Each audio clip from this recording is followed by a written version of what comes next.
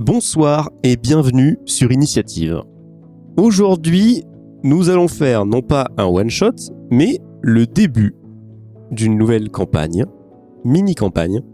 Ça faisait longtemps qu'on n'avait pas fait, la dernière c'était Les Mystères des Bermudes, qui date d'il y a presque maintenant plus d'un an à peu près.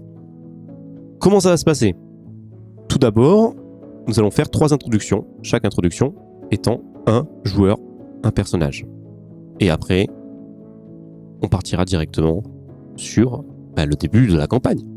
Donc, directement, nous nous lançons dans cette histoire.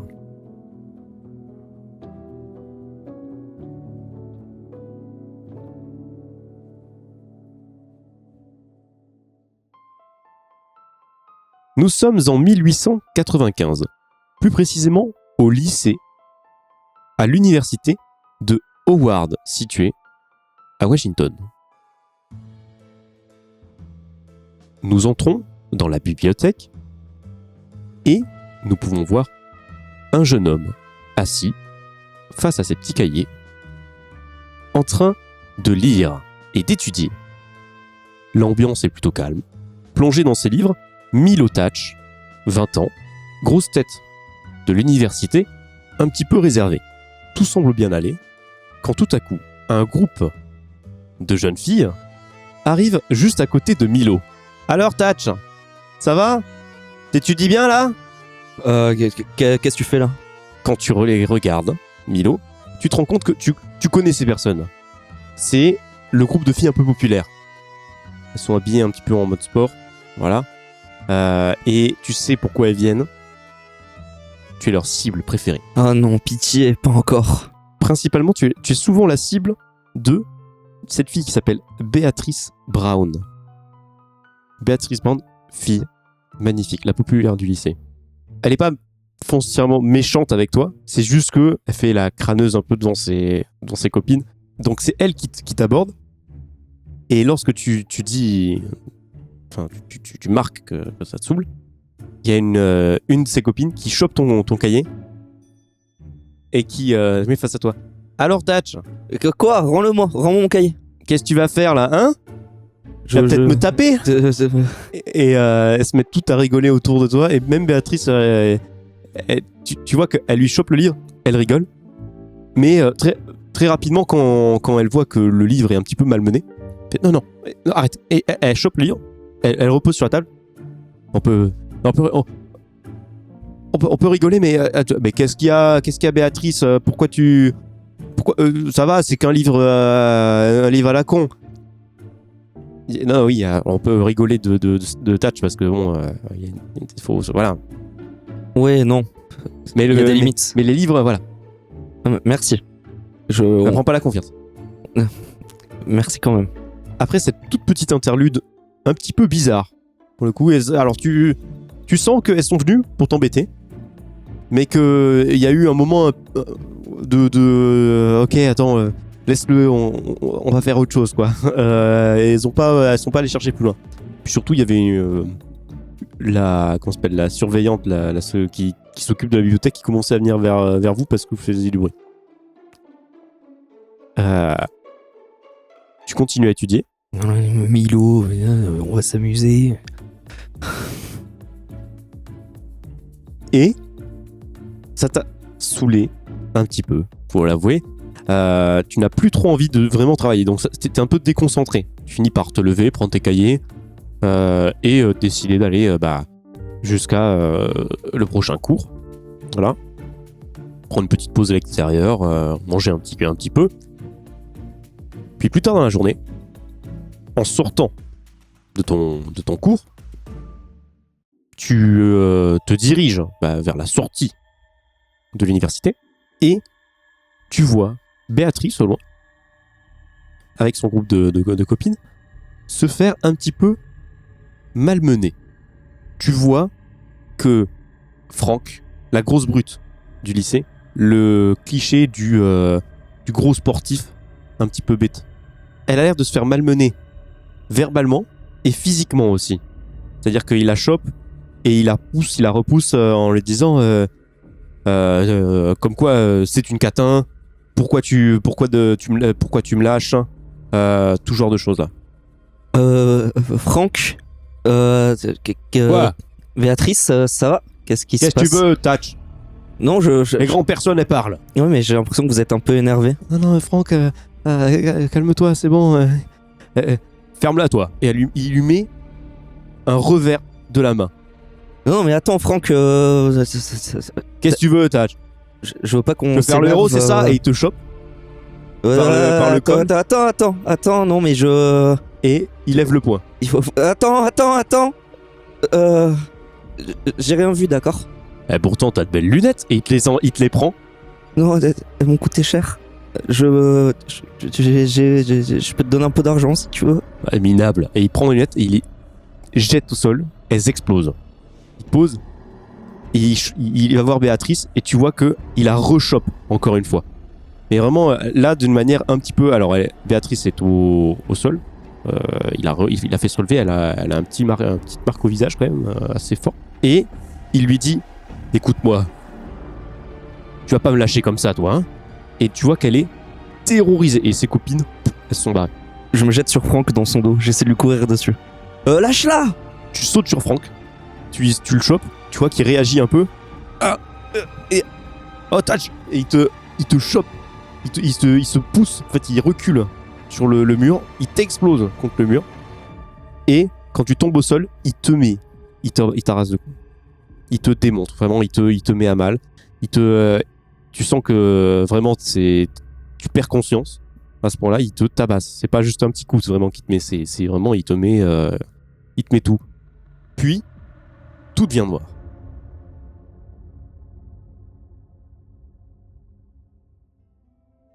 Tu es réveillé dans un lit à l'hôpital.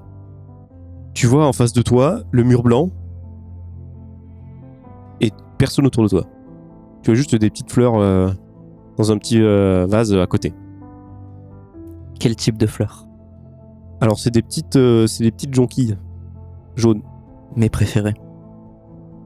Quand tu te retournes, tu vois que t'arrives pas à bouger. Et tu te rends compte qu'en fait, tes bras, le gauche et le droit, ils sont dans le plâtre, mais genre comme en T. C'est vraiment impossibilité de bouger. Tu ressembles à rien. Il t'a brisé. Mes jambes. Tout va bien, les jambes, pas de soucis. Mais impossible d'écrire, impossible de faire quoi que ce soit avec tes bras et tes mains, quoi. Il t'a pété les bras. Et à ce moment-là, il y a Béatrice qui sort des toilettes, juste à côté. Ah, t'es réveillé. Oui, visiblement. Qu'est-ce qui se passe? Ça fait 2 jours que t'es que tu 2 dors. jours? Ouais. Et Bah écoute-moi, c'est bien, t'as voulu faire le héros, mais bon, faut avouer que physiquement, c'est peut-être pas la meilleure des idées, surtout face à Franck. Oui, non, c'est sûr, mais qu'est-ce qui s'est passé? Et toi, tout va bien? Bah en fait, il s'est tellement acharné sur toi qu'il ne regardait plus. J'ai pu aller chercher un surveillant juste à côté. Et bah il a arrêté. Bon, Franck s'est fait virer de l'université. Mais il t'a mis mal, quoi. Voilà. Si toi ça va bien, c'est Non, moi, déjà ça pas va, mal. ça va. Ma sacoche. Est-ce qu'il y a ma sacoche? Oui, bah oui, on a tout. J'ai tout ramené chez toi. Regarde chez moi. Elle est pas là, ma sacoche? Non. Bon, c'est pas grave. Tu sais dans combien de temps je peux sortir? Bah à ton réveil, normalement, ça devrait aller. En fait, ils peuvent pas te garder. T'es emplâtré, quoi, maintenant.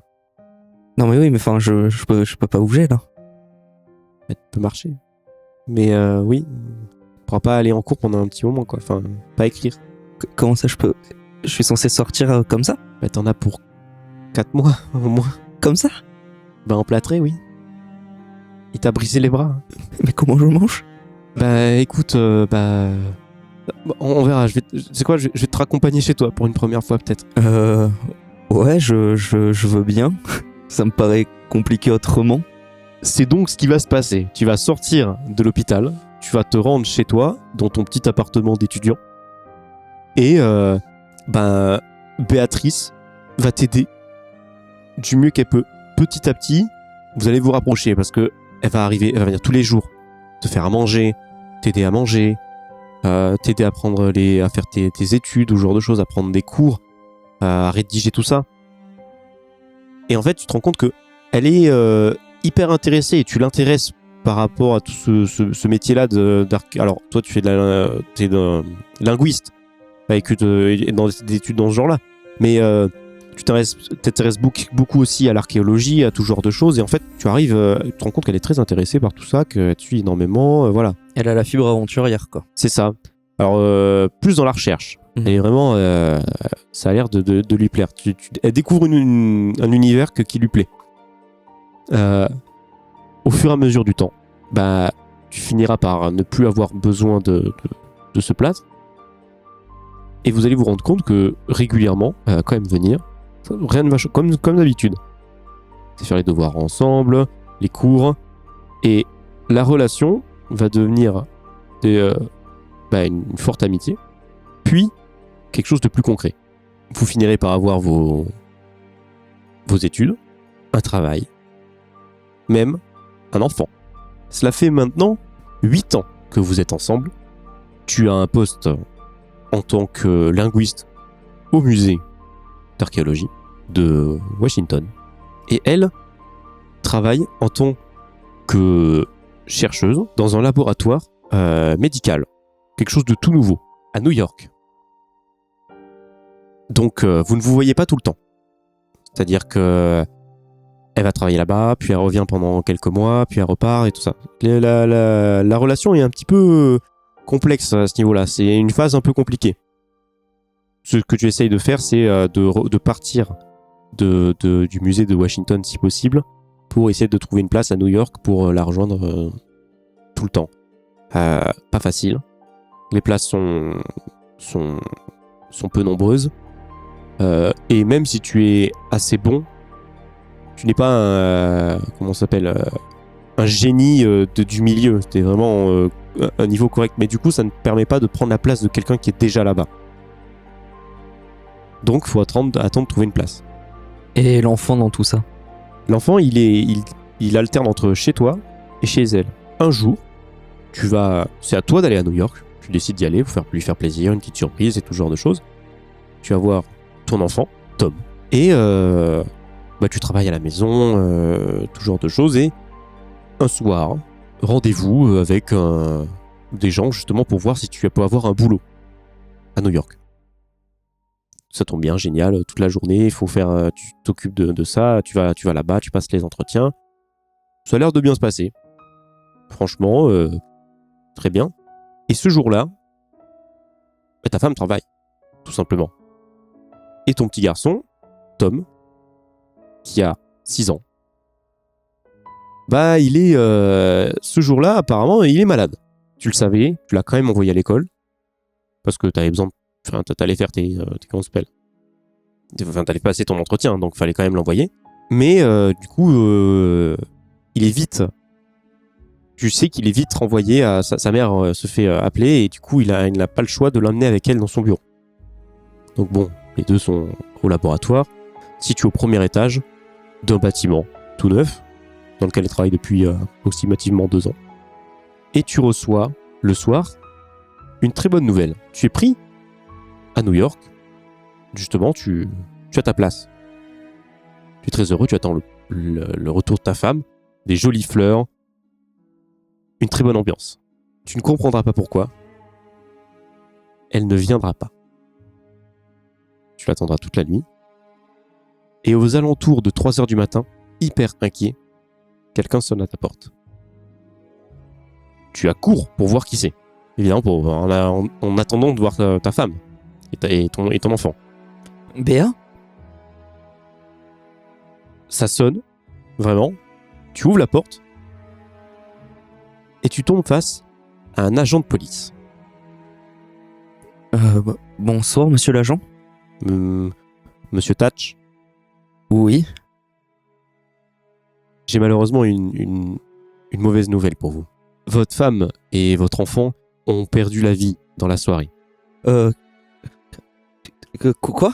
Ils ont été victimes d'un attentat terroriste. Directement au laboratoire, une bombe a explosé au 2e étage. Non, c'est pas possible. Cette bombe semblait cibler une réunion d'actionnaires.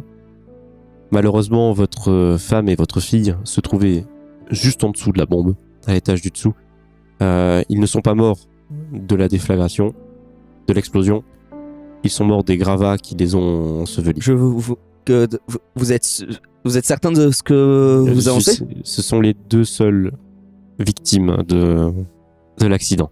Nous ne comprenons pas pourquoi cette bombe semblait être un moyen de pression, peut-être pas forcément dans le but de tuer. Il se trouve que ils étaient au mauvais endroit au mauvais moment et se sont pris vraiment l'effondrement de plein fouet. Je le regarde un peu perdu pendant quelques secondes, peut-être même une bonne minute, et je m'effondre. Je m'effondre au sol en pleurs, sans dire un mot de plus. Malheureusement, c'est une vérité. Milo se retrouve maintenant seul, sans sa femme et son fils. Et ce sera pour toujours. Il mettra 2 ans à s'en remettre. Il quitta même, il refusa cette offre à New York pour revenir à Washington, s'enfermant dans ses recherches pour tenter de penser à autre chose, reprenant les recherches de son grand-père. Et tu as été repris au musée de Washington, non pas seulement en tant que linguiste, mais en tant que concierge et réparateur pour la chaufferie. Le directeur n'ayant pas trop apprécié que tu quittes pour revenir plusieurs années plus tard, il a décidé de te punir d'une certaine manière. Tu t'en fiches un petit peu. Tout ce qui compte pour toi, c'est de faire ses recherches. Et ça fait plusieurs mois que tu tannes vraiment le conseil administratif pour avoir un rendez-vous dans le but de réaliser une expédition pour, en effet, découvrir là où tu en es à ce niveau, au niveau de tes recherches. Tu as donc rendez-vous aujourd'hui à 16h avec le directeur Monsieur Harcourt. Monsieur Harcourt, un homme vraiment, alors c'est l'incarnation de l'opulence. Si c'est pas bien, s'il n'y a pas un bon objectif, ça ne sert à rien de parler avec lui. Tu as donc une énorme pression. Il est 15h30. Dans 30 minutes, tu passes ce petit entretien. 15h30. 15h40. 15h50. 16h. Il est l'heure de cet entretien. Tu stresses énormément parce que ça fait... c'est le moment de faire quelque chose, quoi. Peut-être que tu vas utiliser tes recherches vont servir à quelque chose. Tu vas reprendre ce que serait fait ton grand-père. Tu sais que ton grand-père n'a pas réussi à faire ses expéditions. Peut-être que toi, plus jeune, plus audacieux, la fougue de la jeunesse, peut-être qu'ils vont accepter. 16h10. 16h15. La porte ne s'ouvre pas, même en toquant. Tu reçois une lettre. Ouais, des services de tube. Directement, avec comme des capsules à l'intérieur pour attraper un message. Tu le prends, tu le lis. Monsieur Thatch, nous vous envoyons ce recommandé pour vous expliquer que, pour vous prévenir, la réunion est décalée à 15h30. 2 secondes après, boum, une autre. Monsieur Thatch, vous n'étiez pas là à la réunion de 15h30. Nous voyons dans l'obligation de refuser votre demande. À très bientôt. Quoi ?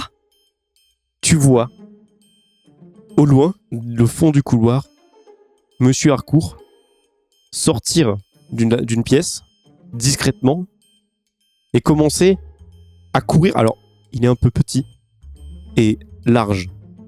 Monsieur Harcourt, Monsieur Harcourt ! il te voit, il se retourne et il commence à se déplacer, à partir en courant. Attendez, monsieur Harcourt, attendez! Tu vois, il court, il a un parapluie et tout ça. Il y a même un moment une plante, il la chope, il la baisse et il se casse. Et vraiment, Je saute par-dessus, je cours après. Je lui trace après, c'est pas possible. Il partira pas. il arrive à l'extérieur, il rentre dans la voiture avec les chevaux et au moment où il s'apprête à fermer la porte, enfin à ouvrir, à rentrer dedans, tu le rattrapes, tu le chopes, tu sais.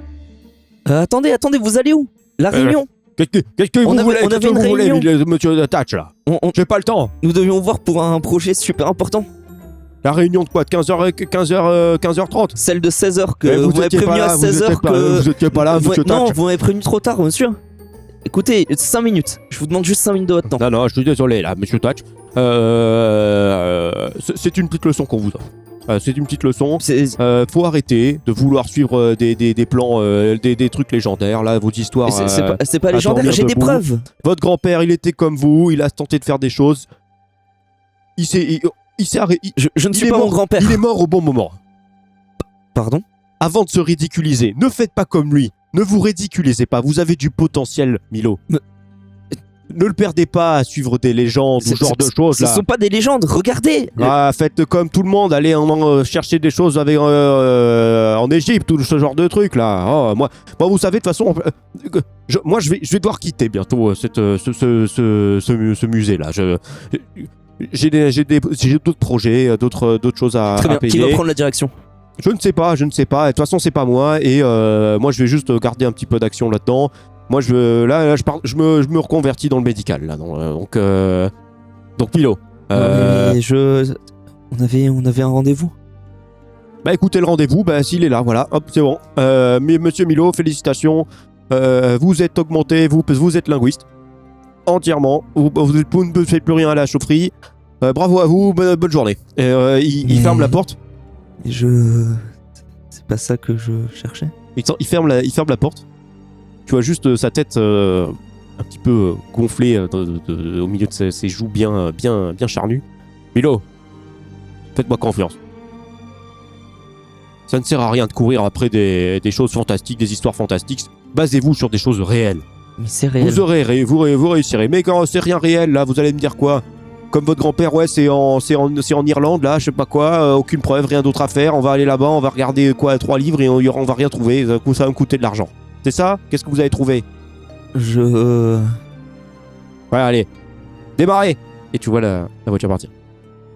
Après ça, tu es dévasté, tu rentres chez toi, tu jettes toutes tes affaires de rage et en même temps de tristesse, tu sais pas quoi faire, tu comptais un petit peu là-dessus pour faire tout le reste, mais t'as même plus envie de travailler dans ton domaine, quoi. T'as vraiment mis un coup. Et ce soir-là, en te morfondant sur ton lit et en commençant à te servir un bon gros verre de scotch, tu t'apprêtes à le boire et commencer vraiment... t'étais déjà pas bien, tu vois, c'était déjà bien attaqué. Et d'un coup, t'entends un toc toc toc. Ouais. Bon, bah, je vais aller voir. Plus tu t'approches de la porte, plus t'as une sensation bizarre. Tu vois qu'il n'y a pas de lumière dans le couloir, alors qu'il est censé en avoir. Parce que ça, les gens allument de base. La personne est probablement dans le noir. Et en fait, si, tu vois juste que il y a de la lumière.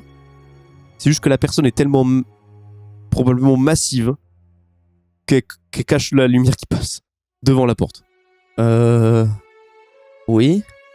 T'as l'œil de bœuf pour pouvoir voir au travers. Je jette un coup d'œil. T'entends rien, il n'y a pas de réponse quand tu dis oui. Hein. Quand tu regardes, tu vois juste une chemise énorme avec une cravate toute petite. Vous êtes? Quand tu dis ça, t'entends un bok bok bok, mais t'as un gros toc toc derrière la porte. Dites-moi qui vous êtes, je peux pas vous laisser rentrer sinon. Ouais, la porte. Il y a du papier pour vous. Bon, d'accord. J'ouvre la porte. Quand tu ouvres la porte, tu vois cette masse sombre face à toi, des mains énormes avec une toute petite lettre dans ses doigts. Denis. Merci. Mais vous êtes qui? Pourquoi c'est vous qui m'apportez ça? Il te regarde, le regard un peu vide. Faut lire. Pardon? Il prend la porte et il la referme. Pardon? Du bout des doigts, tu sais, il attrape la poignée et il referme la porte. Bonne soirée. Qu'est-ce que c'est que ça? C'est une lettre d'un papier vraiment très cher. C'est pas du tout le même style de lettre que tu peux acheter. C'est vraiment, ça se voit que c'est pas du tout ce truc-là. Et en plus, elle est fermée à la cire avec un emblème, un P majuscule. Bon, voyons ce qu'il y a dans cette lettre. Tu l'ouvres, le papier est vraiment magnifique. L'écriture est très soignée. Ça se voit que c'est écrit de la main de quelqu'un qui a l'habitude d'écrire des lettres recommandées ou des lettres importantes. Vraiment, ça se voit que c'est quelqu'un d'expérimenté en tout cas. Il y est écrit « Cher Monsieur Thatch, vous êtes bel et bien le digne descendant de ce brave Balthazar Thatch. Les histoires fantastiques sont la création de notre imagination. Mais les légendes ont leur part de vérité. Bien à vous, P. » Quand tu finis de lire ça, t'as pas trop le temps de réfléchir, t'entends un toc toc toc juste derrière la porte. Le même qu'avant? Oui. Je cours à la porte et j'ouvre. C'est encore vous? Vous venez? Qui est P?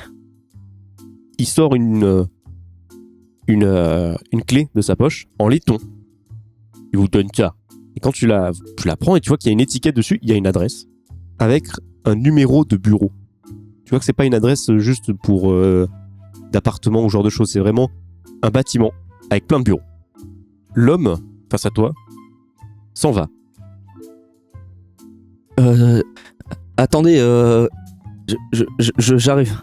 Il arrive en bas et il te donne à disposition une calèche. Tu n'en as pas de calèche, t'as pas de voiture de base. Voilà. Et vous pouvez la prendre. Merci. Et lui, il part à pied. Tu le vois partir dans le noir. Mais vous voulez pas Il monter? répond pas. Il s'en va. Bonne soirée. J'ai une calèche, mais il y a un cocher? Ou c'est moi qui... Non, il y a personne. On va se débrouiller. Très bien. J'embarque et j'y vais direct. Tu y vas. Tu mets un petit moment avant de te repérer. Et du coup, il se fait bien. On est bien dans la nuit maintenant. Dans le froid un petit peu. Tu arrives sur place. En effet, ce sont des bureaux, des vieux, très très très vieux bureaux. Tu rentres dedans et t'as plein de portes. La porte 32, c'est celle qui est le plus au fond. Tu fais ce trajet, tu marches. Et plus tu marches, plus il y a une ambiance qui vient. Ça te rappelle quelque chose. Il y a sur les odeurs, ou ce genre de choses qui te montent au nez. Ça te rappelle un petit peu des lointains souvenirs, mais que tu n'arrives pas à mettre la main dessus. Tu mets la clé dans la porte, tu ouvres la porte, et une fois dedans, instantanément, sans allumer la lumière, t'as des images qui te viennent, les odeurs de ton grand-père, du papier, de l'encre qu'il utilisait, de tout ce cuir dans lequel il mettait ses papiers, justement. Tout ça te monte au nez. Avant même d'allumer la lumière, tu sais que tu es dans un bureau. Le bureau de recherche de ton grand-père. Tu allumes. Et en effet, des papiers partout. Tout laissé dans son jus. C'est merveilleux. Je cours partout. Et je regarde tout. Tu fermes la porte derrière toi. Tu regardes tout. Tu commences à fouiller, mais sans vraiment regarder. Vraiment, tu fouilles dans tous les sens. Tu cherches tout, n'importe quoi, sans vraiment savoir ce que tu cherches. C'est frénétique. Ouais, c'est ça. T'es dans là-dedans. Et d'un coup, dans la noirceur de la pièce, il y a un fauteuil au fond, encore bien noir, et tu vois très clairement qu'il y a une silhouette assise dessus. Fine, pas très grande, limite fondue dans le fauteuil. Un costard un petit peu beige, un chapeau feutre, et tu sembles distinguer une grande barbe, immobile, les deux mains sur les accoudoirs, et il semble te regarder droit dans les yeux. Tu ne vois pas vraiment son visage, il est juste immobile à te regarder. Ah, bonsoir. Il y est pas de réaction face à toi. Immobile, tu sens, t'as l'impression de te faire scruter tout ton âme. Monsieur, bon, je peux vous aider, peut-être. Monsieur P, peut-être. Je suis, c'est sûrement vous qui m'avez appelé. Je suis Milotach. Enchanté.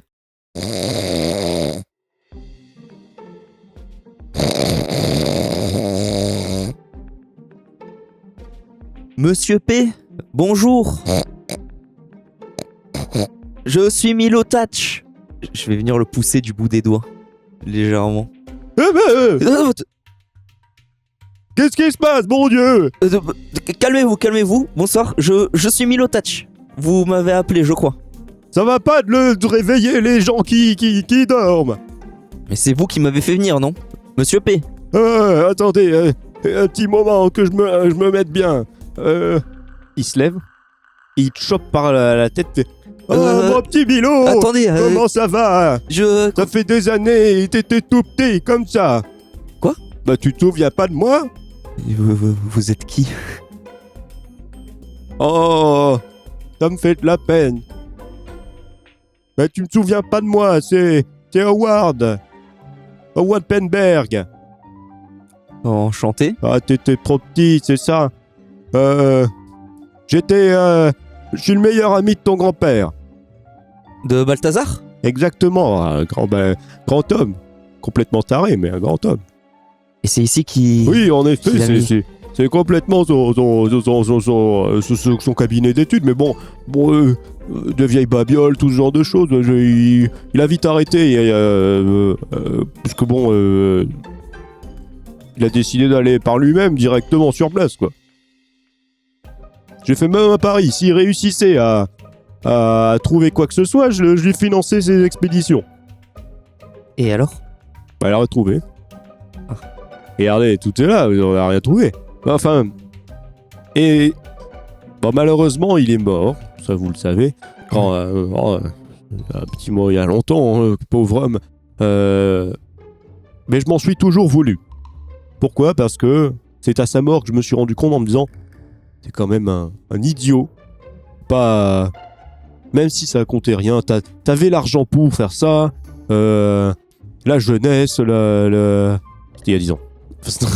Voilà. On aurait pu faire des choses, même si on n'avait rien trouvé, ça aurait des bons moments entre amis. Et je m'en suis toujours voulu. Et là, quand je vous vois, le petit Milo, refaire le chemin de son grand-père, et en arriver au même point, en étant tout jeune, ça me dit peut-être qu'il faudrait que je fasse quelque chose. Et c'est quoi votre idée? Eh bien, je suis actuellement, je sais que c'est ce qu'il avait voulu, il a fait par lui-même, il en est mort malheureusement. Nous allons réaliser une expédition directement afin d'en savoir plus.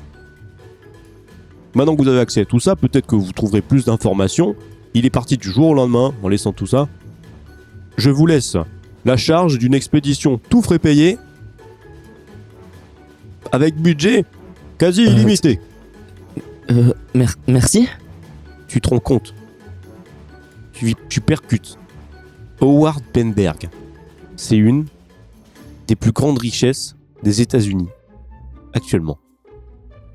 Mais je sais pas quoi vous dire. Rien à dire. Vous travaillez pour moi, je vous paye et vous aurez une équipe toute fraîche pour vous. Alors évidemment, cette expédition ne sera jamais acceptée par n'importe quelle école. Université, musée, tout genre de choses. Elle sera donc illégale. Bon, on s'en fiche. Oui. L'argent, ça permet d'attraper tout.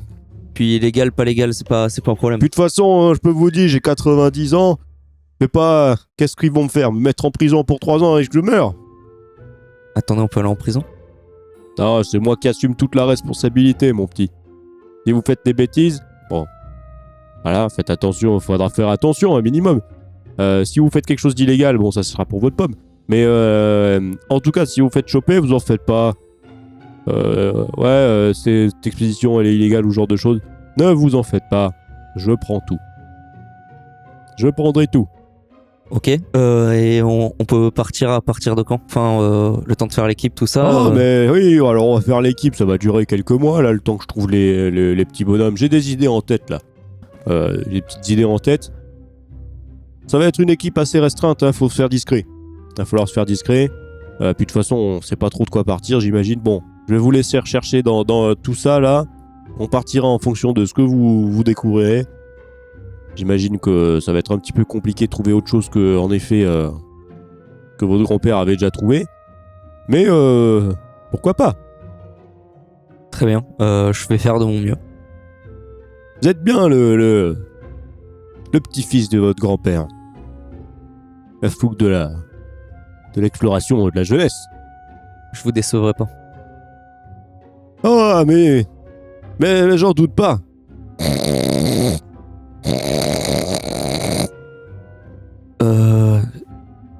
Bon. Bonne soirée. Et je vais me plonger dans tous les documents qu'il y a autour de moi. Et c'est donc comme ça que se termine cette première introduction du personnage de Anthony, qui sera donc Milo Thatch. Découvrez le prochain personnage dans le prochain épisode. À très bientôt sur Initiative.